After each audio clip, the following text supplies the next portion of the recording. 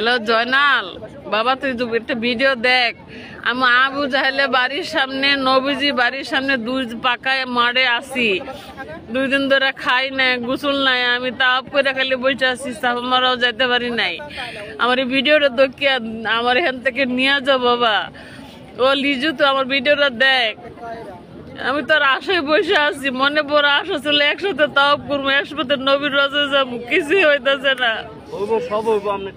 আমি নবীজির বাড়ির সামনে নবীজির বাড়ি ওরা চিনে না।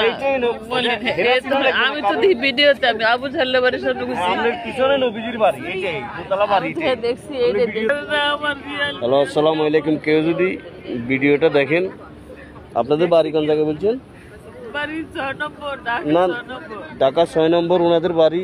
ওই সাইডে যদি কেউ ভিডিওটা দেখেন, একটু ভিডিওটা শেয়ার দিয়েন। আর যদি ওনাকে চিনেন, ওনার লোক কারা, ওনাদেরকে একটু ফোন দিয়ে জানায়েন।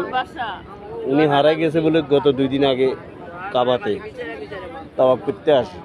এখন ওনার কাছে হোটেলের কার্ডও নাই, ফোনও নেই, উনি হোটেলের নামও বলতে পারে না। ওনাকে যে কোনোভাবে সহযোগিতা করে হোটেলে পৌঁছামো, এটা পাইতেছি না। এখন ওনার মেয়ে আছে, মেয়ে জামাই আছে।